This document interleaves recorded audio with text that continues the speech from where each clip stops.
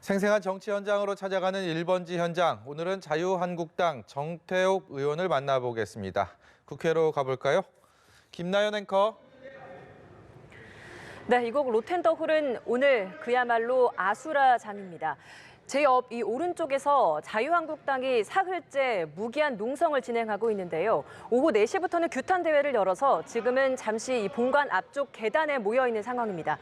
한국당이 과연 요구하는 게 무엇인지 오늘 정태욱 의원 만나서 바로 좀 들어보도록 하겠습니다. 의원님 안녕하세요. 예, 반갑습니다. 네, 오늘 3시에 본회의가 열릴 예정이었거든요. 그런데 임시국회 회기에 대한 것을 결정을 하는 그걸 두고 지금 필리버스터를 신청을 하셨어요. 그 때문에 지금 본회의가 좀 지연이 되고 있는 이런 상황인데 일단 필리버스터를 신청한 이유가 뭡니까?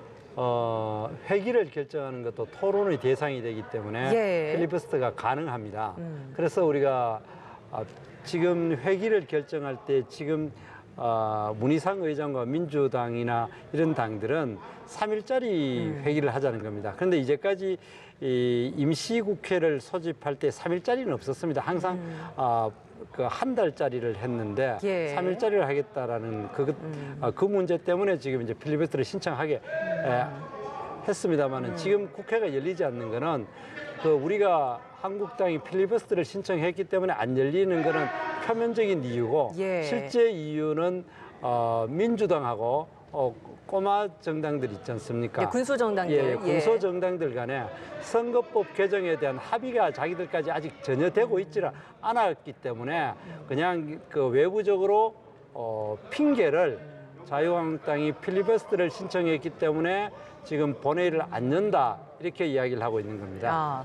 오늘 오전에 문희상 국회의장과 여야 3당 교섭단체 간의 회동이 있었잖아요. 이 자리에서 끝나고 나오면서 심재철 원내대표가 기자들에게 순서들을 쭉 얘기를 해주면서 본회의 3시에 열기로 했다. 그리고 그중에서 이제 마지막에 임시국회 회기 표결은 이견이 좀 있어서 본회의 초반에 표결에 붙이려고 한다. 이렇게 이야기를 했었거든요. 그건 합의된 사항이 아니었습니까? 합의된 사항도 아니었고 여러 이야기 조건 중에 잘려가 이야기했고 우리는 시종일관 회기 결정이 이렇게 의장이 마음대로 하는 것에 대해서 우리가 이견을 이야기를 했습니다. 그렇기 때문에 아마 용어 선택에 좀 어떤 면이 있었는지 모르지만 우리는 그거는 확실히 예전 경험에 의해서도 회기 결정에 대해서도 토론이 있어 왔기 때문에 이건 필리버스터의 대상이 되기 때문에 필리버스터를 할 작정이고 지금 문제는 그것이 중요한 것이 아니라 이들이 아직까지 민주당하고 군소 정당들이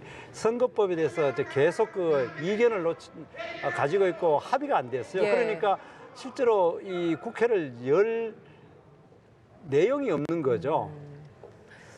오늘 참 이 로텐더홀 지금 여기서 저희가 또 인터뷰를 하고 있습니다만 인터뷰 시작 전에도 그랬고 지금도 그렇고 굉장히 좀 정신이 없는 이런 상황입니다. 오늘 여기에서 또 앞서서 이제 규탄 대회 하러 나가시기 전에 의원들 개인 발언하는 시간은 좀 있더라고요. 하나 둘씩 가게 의견을 표현했는데 한국당이 하고자 하는 이야기가 뭡니까? 가장 중요한 거는 우리 선거법 이렇게 연동형 선거법은 되지 않는다. 이거는 국민의 민심을 왜곡시키고 좌파 연합으로 해가지고 이 정부가 국회를 장악하려고 하는 음모이기 때문에 받아들일 수 없다라는 것을 강력하게 의지를 표현하는 겁니다. 그리고 또 중요한 것이 이 문재인 정부와 민주당 측에서는 대화를 하자고 말은 하지만 실제로 대화할 의사가 없고 대화의 전제 조건이 연동형 비례대표제를 받아들이는 걸 전제 조건으로 해서 대화를 하자 하기 때문에 대화가 안 되고 있는 그런 상황입니다. 그래서 거기에 대한 성토가 있고 특히 오늘 발언 중에 상당수 의원들이 분노해하는 것은 문희상 의장이 정말 너무나 중립적으로 국회를 운영하지 않고 민주당의 완전히 앞잡이 역할로 청부 입법사 비슷하게 이렇게 활동하는 것은 문희상 의장이 자기의 아들을 자기 지역구를 대물림해 가지고 민주당의 공천을 받으려고 한다. 그런 의혹이 전에부터 계속 있었는데 이제는 아예 노골적으로 문희상 의장 아들 되시는 분이 나 떳떳하게 출마한다. 아버지 대를 이어가 출마한다. 그렇게 이야기를 하는 것에 대해서 이건 국민들의 정서를 너무 모르고 이야기하는 거다. 지금 우리 국민들이 아버지 찬스, 엄마 찬스, 이게 거기에 분노해가지고 우리 광화문에 그 수많은 사람이 몰려오고 많은 국민들이 분노했고 거기에 따라 가지고 조국 수석이 사퇴를 한 거 아닙니까? 예. 그런데 지금 저렇게 뻔뻔스럽게 나 아버지의 뒤를 이어가지고 세습을 한다. 여기에 대해서 많은 비판이 있어 왔습니다. 예. 문희상 국회의장에 대한 이야기를 해주셔서 예.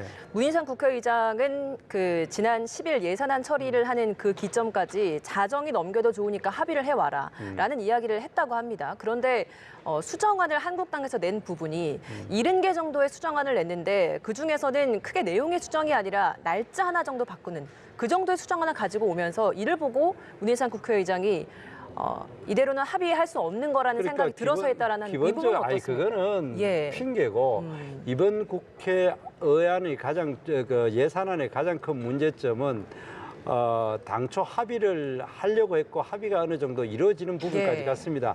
민주당 자체가 1조 2천억까지 삭감을 했고 우리는 원래 목표는 13조 원을 깎아가지고 500조 이하로 하자는 건데 그래도 이미 시간이 많이 흘렀기 때문에 4천억만 더 깎자. 4천억의 내용이나 갖는 건 지금 원래 거의 집행률이 0.5% 5%밖에 되지 않는 대북 퍼주기 뭡니까?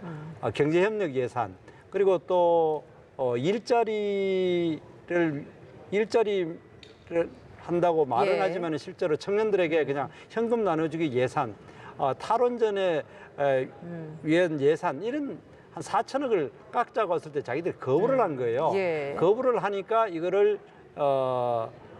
원래 그러면은 예결위를 거쳐야 되지 않습니까? 그걸 바로 본회의에 상정을 한 거예요.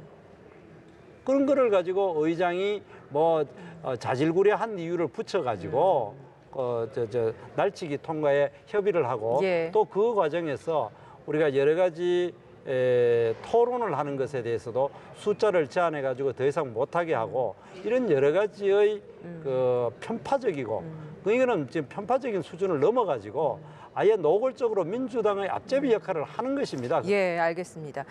오늘 임시국회 본회의가 열릴 예정이었는데 이렇게 지금 무산이 되면서 사실 이 책임은 국회 모두에게 있는 것 같기는 합니다. 그런데 가장 먼저 있었던 순서가 임시국회 회기 정하는 것이었고 그 다음에 이제 예산안 부수법안 그리고 민생법안 처리가 남아 있었잖아요.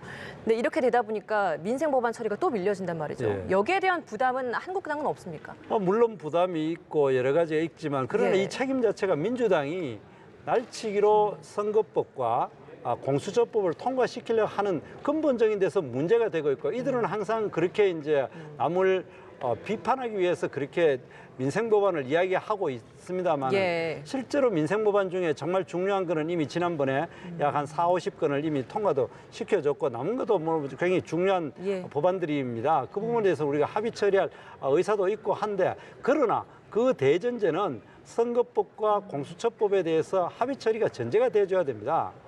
그러기 때문에 이 선거법 같은 경우는 우리가 87년 그 민주화 이후에 한 번도 어느 특정 정당이 이렇게 날치기를 통과하거나 특히 제1야당을 패싱하고 통과시킨 예가 전혀 없습니다. 예, 예. 그리고 어떻게 우리가 게임의 룰을 한쪽이 그냥 일방적으로 몰아붙입니까? 예. 그건 이게 우리말로가 그 정치 도의상 도저히 있을 수 없는 짓을 하는 것입니다. 거기에 대해서 뭐 민생 법안을 이래하고 하는 거는 오히려 자기들의 그 뻔뻔함을 숨기기 위한 것이다. 그렇게 생각합니다.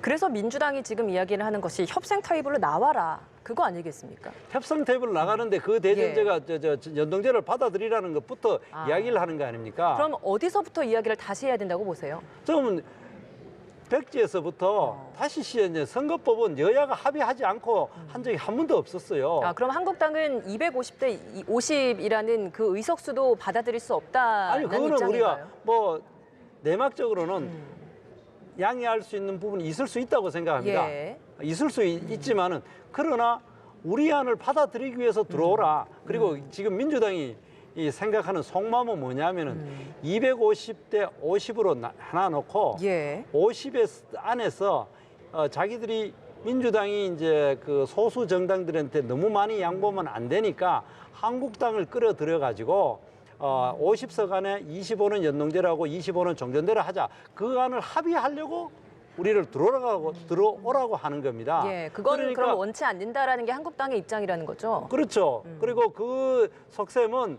한국당을 끌어들여가 정의당과 기타 정당을 견제해 주기를 바라는 그 아주 얄팍한 수 때문에 지금 한국당을 들어오라고 하는 겁니다. 실제로 선거법에 대해서 합의를 하기 위해서 우리를 들어오라 하는 것이 아니라 250 그 지역구가 있어. 예, 그리고 비례대표 50. 그중에 25석은 연동해. 25석은 종전대로 하는 자기들의 안을 지금 이제 정의당과 뭐 여러 가지 뭐 민평당, 이래 바른정당 대한정당, 예. 이런 사람들이 하고 대화를 하니까 이게 말이 안 되지 않습니까? 그러더니 한국당을 끌어들이면 여차하면 너들 빼고 우리 한국당하고 우리하고 합의 처리할 수 있다는 위력을 과시하기 위해서 우리를 지금 불러들이는 겁니다. 우리는 민주당의 이중대가 되기는 싫은 거죠. 그거는 안 돼. 정말 진지하게 한다면 한국당은 얼마든지 저 선거법에 대해서 협상을 할 용의가 있습니다. 그럼 한국당도 지금이라도 이건 어떠냐라고 안을 내보면 어떨까요? 왜냐하면 지금 270의 비례대표는 없는 그 안을 제출한 이후에는 아니요, 아무런 지금 것도 현재 없지 이야기하는 거는 예. 우리가 대화를 안 하는 건 아닙니다. 공식 대화에서 저 카메라 앞에 안 나와 그렇지 충분히 지금 물밑 대화는 아직도 어젯밤에도 있었습니다. 오늘 아침에도 민주당과 있다라는 말씀이신가요? 민주당도 와도 했고 예. 오늘 제가 알기로는 또 다른 그 당 대표들하고도 우리의 실무 협상자 누구라고 이야기하지 않습니까? 예. 오늘 아침에도 제 옆에서 통화를 길게 하는 건 다 들었습니다. 뭐 어느 정도까지 서로 그러면 협상이 되고 있는 건가요? 뭐 그까지는 이야기할 수 없고요. 제가 협상 당사자도 아니고 충분히 대화를 하고 있는데 지금 그들이 들어오라고 하는 것은 민주당이 지금 정의당과 뭐 대한신당 그 여러 가지 정당들하고 협상을 하니까 힘이 붙이니까 한국당이 들어가 도와달라라는 이런 입장입니다. 예. 우리는 그런 것에 대해서 전혀 동의할 수가 없다는 겁니다.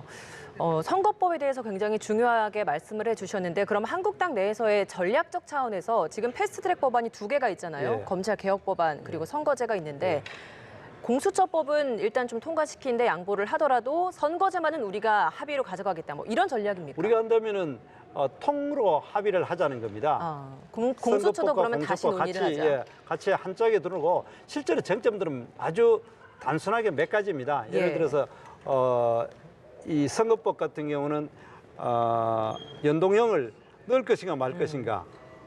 그리고 또 연동형을 만약 넣는다면 넣는 걸 동의하는 건 아닙니다. 우리는 아예 비례대표제를 없애자는 게 우리 당론이기 때문에. 예. 그러더라도 뭐 어느 정도 할 것이냐. 그리고 또 만 18세 사람들에게 선거권을 줘가 온 고등학교를 전부 다 선거판으로 만드는 것이 좋을 것인가. 그리고 또 공수처법에는 과연 공수처장을 뽑는 방법이 저렇게 대통령이 일방적으로 임명할 수 있는 현행 그 제한된 법률안대로 공수처 처장, 차장, 공수처 검사들을 전부 다 대통령 임명하도록 하는 게 바람직한지. 그리고 또 지금 자기들이 검찰 개혁을 이야기하면서 끊임없이 이야기하는 것이 이 기소권과 수사권을 같이 검찰이 있기 때문에 무수분리의 권한을 가지고 있다고 하는데 예. 지금 공수처에도 기소권과 수사권을 같이 가지고 있거든요. 이 문제 그리고 또 그 사건 이첩권이라는 게 있습니다. 사건을 다른 예를 들어 지금 검찰이 수사하는 거를 내가 조국 거를 수사할 때는 가져오라 하면 무조건 줘야 됩니다. 그리고 지금 김기현 울산시장 사건을 예. 너들 이제 그만 수사하고 우리가 하겠다 하면은 넘겨줘야 되는 겁니다. 이거는 자기들이 가져와가지고 이거를